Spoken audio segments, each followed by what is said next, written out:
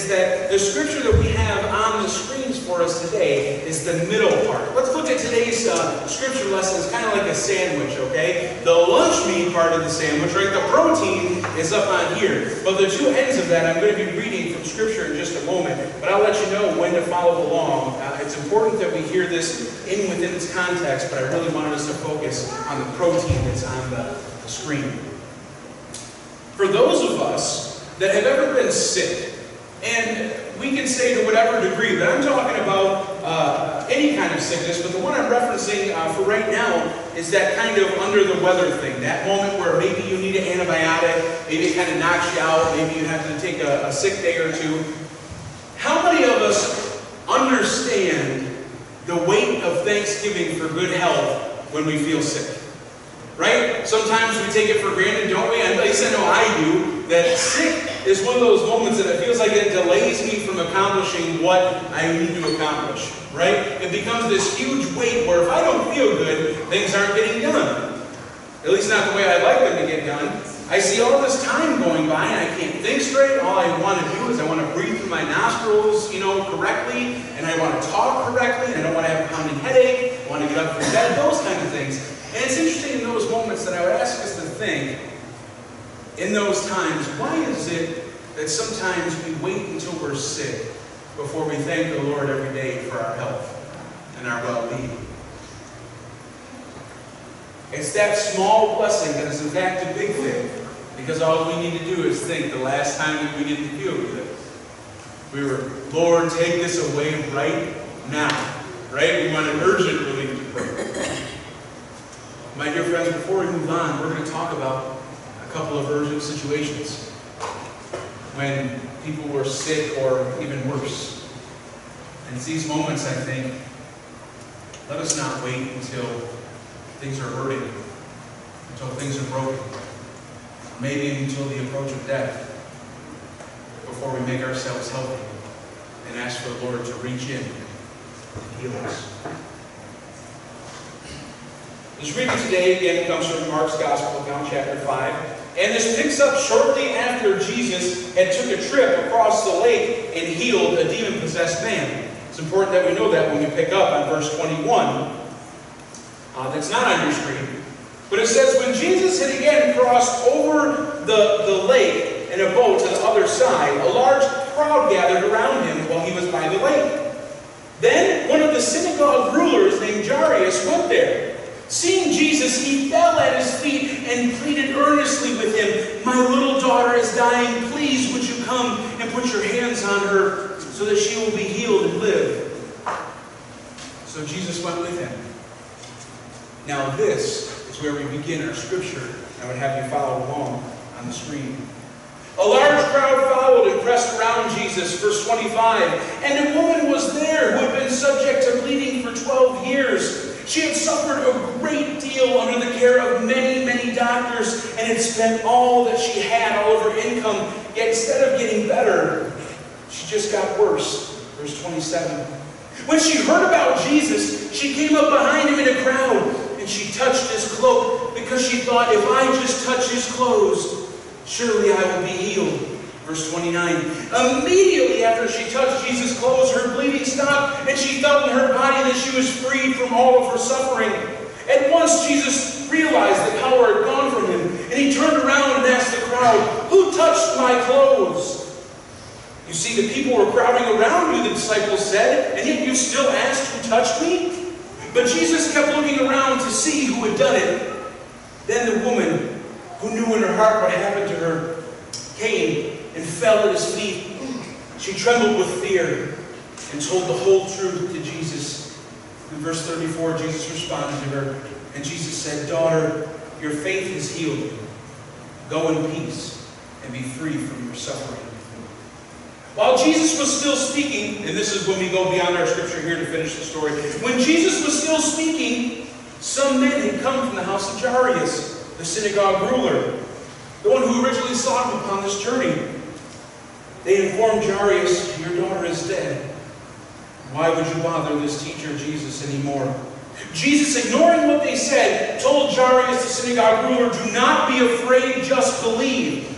He did not let anyone follow him except for the 3 disciples James, and John. When they came to the home of the synagogue ruler, Jesus saw all the commotion, the people crying and wailing loudly. He went in and said to them, "Why all this commotion? Why are you weeping and wailing? The child is not dead, but only asleep." But they laughed at him. All those friends and family gathered laughed at Jesus. And after he put them all out of the home, he took the child's father and mother and disciples who were with them, and they went where the child was. Verse 41, Jesus took the hand of the little girl and said, "Little girl, I say to you, get up." Immediately the girl stood up and walked around. She was 12 years of age. And at this sight, all that were there were completely astonished. And finally, in verse 43, Jesus gave strict orders not to let anyone know about this, and told them to give her something to eat.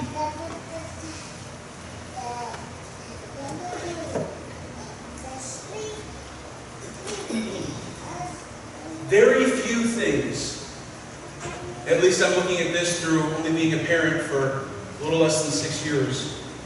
There are very few things in my life that can cause me to jump to a panic like that and raise my blood pressure up like that. And it's when something is going on concerning my child. Because when something's going on, usually I'm pretty excitable because I start to sift through all the answers. What can I do? I'm not trained medically. I can't do much. I can Google. But we can see oftentimes when it's a race to the hospital or emergency room or even to the doctor. Sometimes you've ever felt that way. Maybe some of you have felt like if I could take away their suffering and have it heaped upon me, I would do it in a heartbeat no matter what it was, because that's my child. Well, we start off the scripture again before it was revealed on your screens that Jesus had just got done freeing a man from demon possession. And when they come across the lake, Jesus was resuming his everyday ministry, if you will, his everyday doings. And so when Jesus came back, he was met by a ruler there, was waiting for him, right? Was waiting for Jesus to come back, and a synagogue ruler named Jairus. Now it's important for us to understand what a synagogue ruler does, right? To understand his position. Now Jairus, being a synagogue leader, he was in charge of getting everything organized for worship, right? He was the one that had to kind of sift through to find out if people were competent and qualified to read scripture or to preach a message, right? He had this position of sifting through, of discernment in the life of worship for church. And so it's interesting because we have this kind of quality in someone, right, that sifts through all the things of this world, false prophets and those things, yet Jairus, in all his wisdom and position, was trained to discern that Jesus the real deal. So Jairus pleads, "Heal my daughter because she is dying." So in this moment, my heart is pierced reading this because I think to this moment I can feel this pain coming from this story. There's no time to waste. Right? He said he threw his feet down there. Now understand, he probably came from a place of means. He probably had servants that would be able to go deliver messages. But this time Jairus is like, no, I am dad, I am father, I am parent. I need to plead with Jesus to heal my daughter. So what does Jesus do? He says, let's go, let's do it. So Jesus takes off and went with him. Now this large crowd that was gathering in this place was going after Jesus. And here's where part of our scripture takes place that we were allowed to follow there on the screen. So when Jesus was walking, he naturally had this crowd going. We imagine Jairus probably even had a few folks with him as well. And so Jesus goes with this crowd that we read. And there are a lot of people in this moment. And how many of you have ever went to a large event when maybe you didn't have, where we spread our hands out like this, didn't have this much space to call your own? You ever been in that moment where you don't know whose shoulder's bumping you, whose hand hits you, and sometimes somebody brushes against you, and it's just kind of weird because you don't know where it came from, and just you don't have space, right?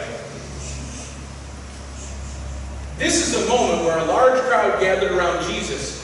Now, somewhere amongst the crowd, there was a woman who was suffering for a long time. She spent all that she had in desperation to try to get better, but she was not getting better. Now remember, the doctors would want to heal this person because it would really, wouldn't it elevate them, right? I mean, if a surgeon does a groundbreaking surgery, that's a good thing, right? Because he can do business cards, right? He or she gets a business card, here gets a new business, right? So the doctors want to heal her. They're taking this money here in this moment, and she spent everything she had, but she's still suffering.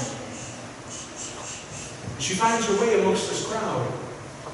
It would be a disservice. We won't be focusing on this part of the message today, but it's important that we don't let that thing fall through the filter.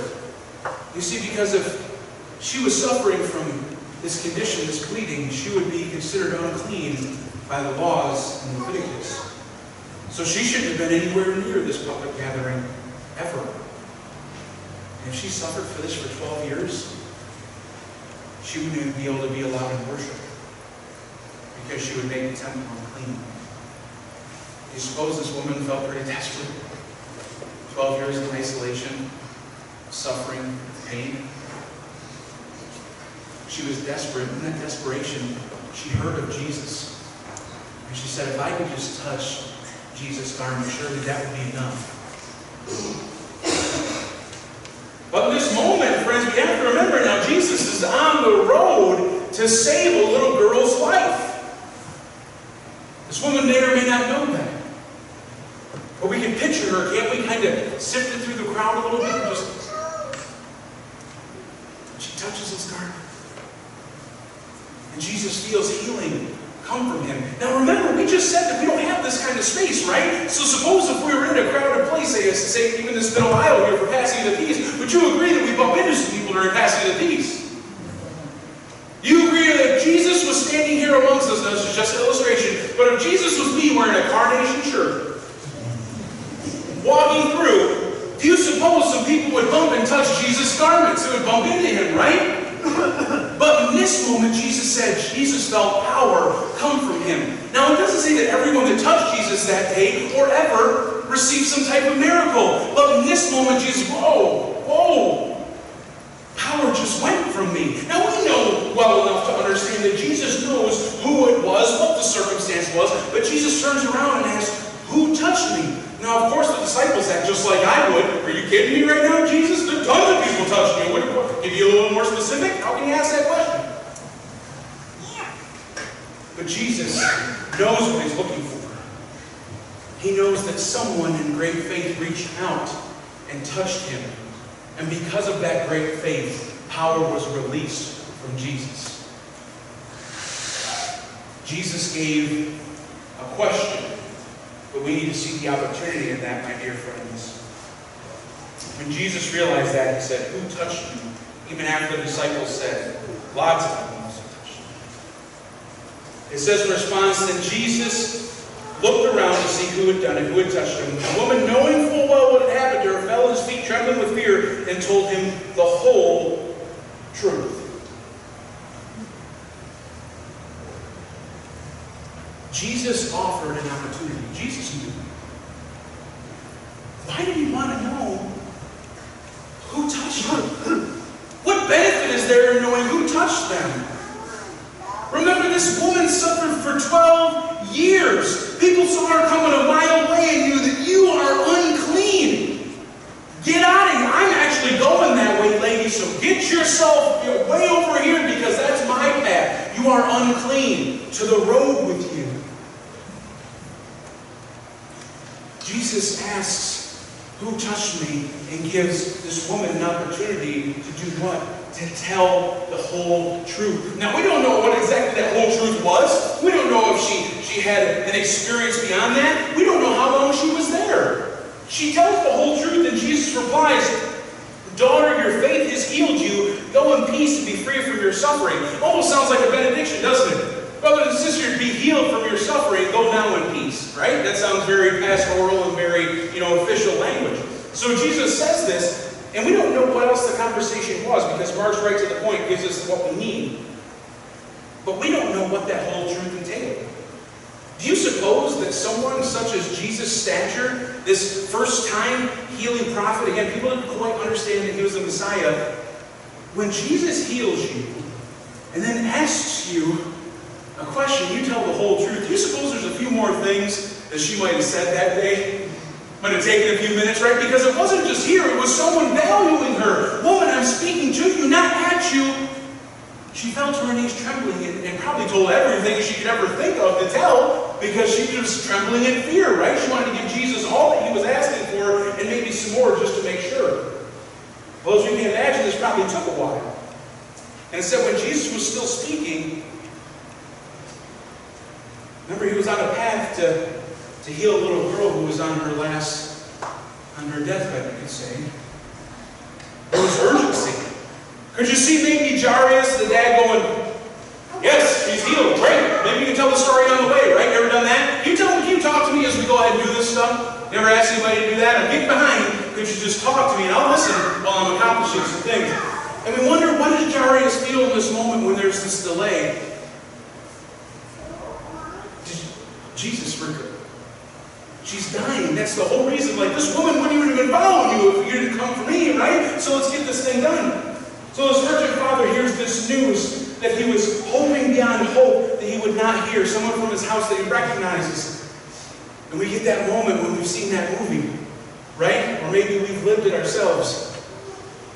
When somebody comes out of the operating room or the hospital room, and sometimes we can just tell that what they're about to tell us is not what we wanted to hear. Sometimes we swallow hard, sometimes we brace ourselves for what they're about to say. And this person from Jairus' house said that Jesus didn't get here fast enough. For the overall pastor. It's probably best that you don't bother Jesus. He's got plenty to do. Look at this crowd. It's too late. You probably should just let him go about his business. But Jesus, just talking about faith, says, don't be afraid, just have faith. So to fast forward a little bit, so Jesus only takes 3 of his disciples, leaves the crowd behind, and finds it was customary in that time that when someone passed away, your friends and family and community would gather around the house, in the home, paying their respects, or even gather outside, and it would be this sort of showing of your legacy because there would be this community around you. And of course, everyone was sad and distraught. This child had passed away, and Jesus comes about and says, what's going on? Why this reaction from everyone? Duh. She's dead. Jesus said, no, she's not. She's just sleeping. They laugh at Jesus, right? They've already taken the pulse, right? The child is not breathing anymore. And they laugh at Jesus when he says this.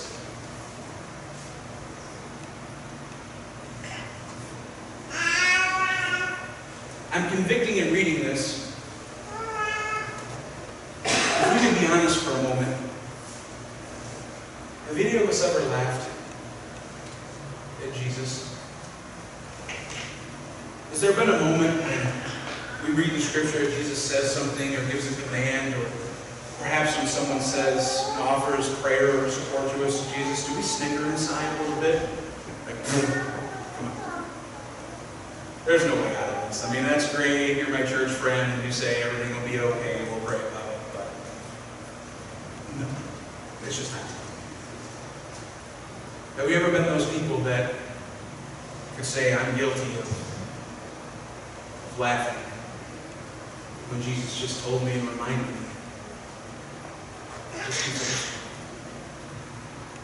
Just stick with me. Remember, I overcame the world. It's bigger than what you got. It's bigger than whatever it is you're bringing to me. I literally saved the world.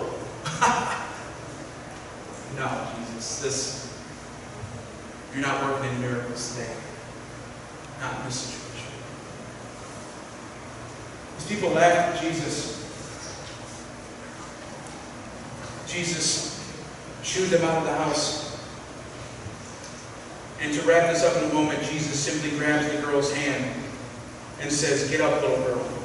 And she gets up, lively as a 12-year-old would.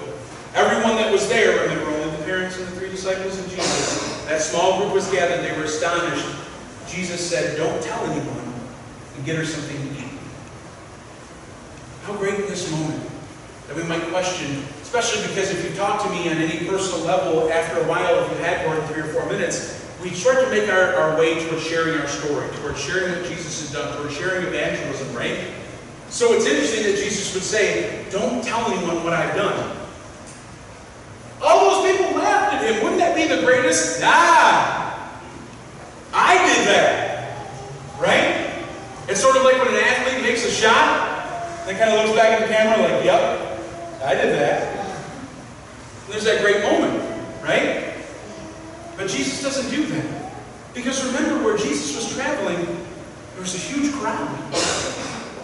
Now, if word got out that Jesus was touching people and bringing them back to life, do you suppose he might not be able to get where he's going next, because there'd probably be a whole lot of people. We're talking digging bodies up, bringing them to Jesus, right? So this would kind of hamper what Jesus was trying to do. But I want us to see that things are different, because Jesus accomplished his work. When we read that, that doesn't apply to us. It's to help us understand what was going on here. But you better believe Jesus doesn't want us to keep quiet about the miracles and presence and saving that Jesus does in our lives. That we literally live to tell the story. To kind of put this message to set for us, I'd like to share with us this small scripture from Romans 8, verse 28. It says this, and we know that God causes all things to work together for good to those who love God, to those who are called according to his purpose. Let me read that again, it's one singular verse. And we know that God causes all things to work together for the good to those who love God, to those who are called according to his purpose.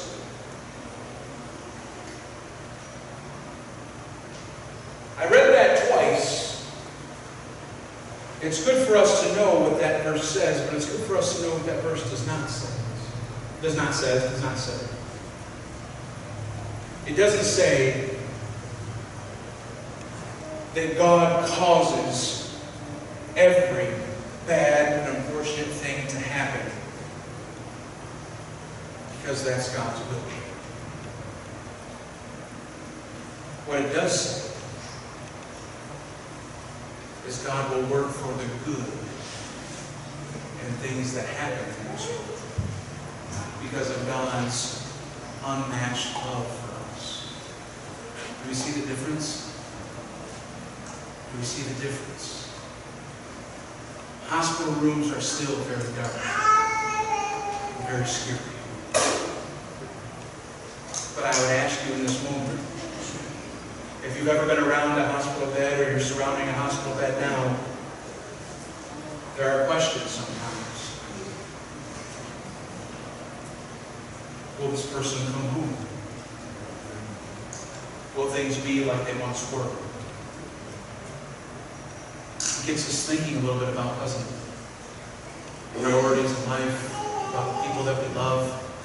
It brings a new perspective when we are forced to slow down and acknowledge the thin veil between life on earth and the veil of eternity of life on the other side. If you were trained in seminary, they would call these things divine delays. Divine delays. It's worth it in this moment because the Synoptic Gospels, this story of healing this woman who was suffering for 12 years, was just as old as the child was when she died. This was a divine delay. To Jairus, it meant all hope was lost. But this divine delay taught a moment, allowed this person to not only be healed, but this woman to be accepted back into society. But this divine delay, Jesus says, Jairus, I can overcome death. Just have faith. In closing, my dear friends, I would ask us, are we still able to celebrate God in the hiccups and inconveniences and miserable situations of this world? Because it might be a divine delay. because, bless you, it might just be divine delay. That it might be the work of God for all good for those that He loves, who love Him. Can we worship God even during the divine delays and wait upon God? To be a people of patience, of faith, and of hope. That Jesus says, don't worry. I am on it. Don't fear this delay. Have faith.